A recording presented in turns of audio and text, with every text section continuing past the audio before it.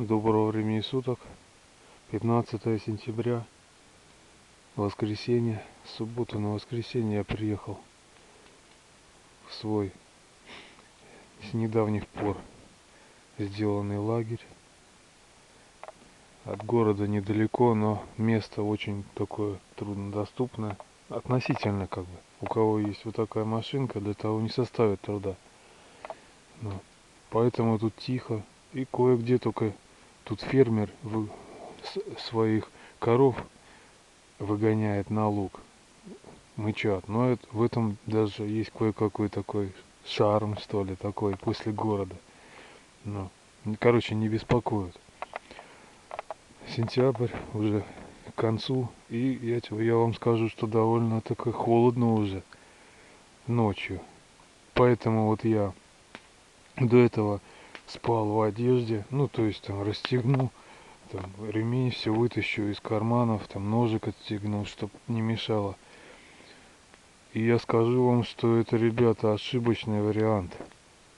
Если вы хотите ночью согреться, то вот я вот, ну, свои малютки, там, допустим, спальник у меня как одеяло раскрывается.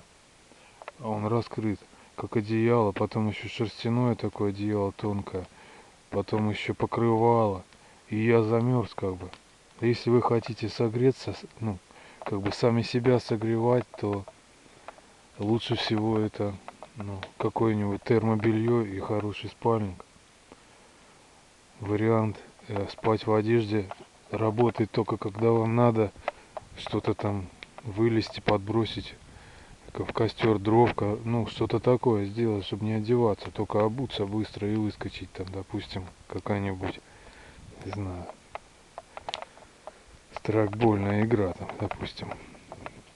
Вот, поэтому как бы согреть себя не получится вот так, одевшись спать.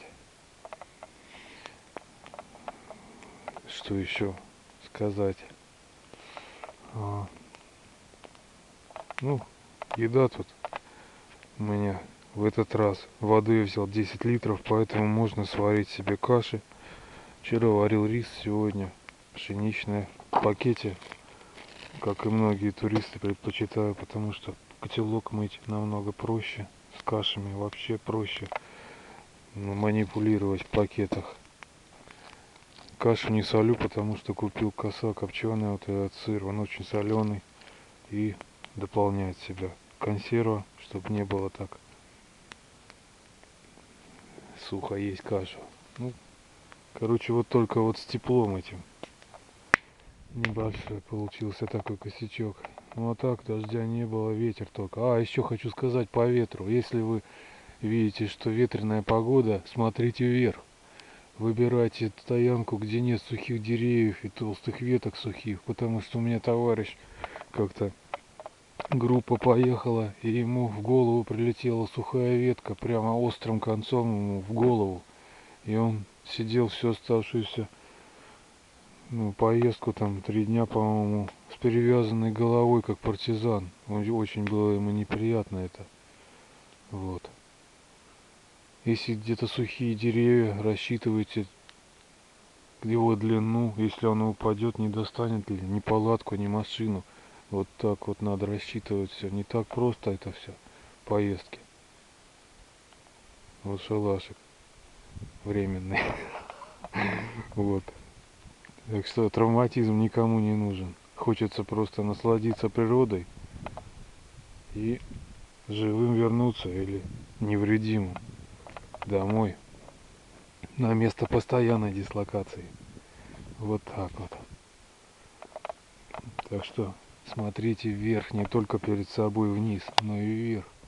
Вот деревья, эти еще живые, а вот там уже, я посмотрел, есть здоровые елки сухие, но длина их не достает до машины, до палатки. Представляете, ночью хруст и как лягушку раздавит сразу.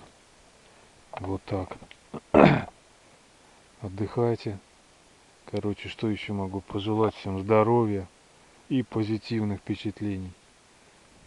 Вот как это я делаю. Вчера была луна, сегодня солнышко. Отлично вообще.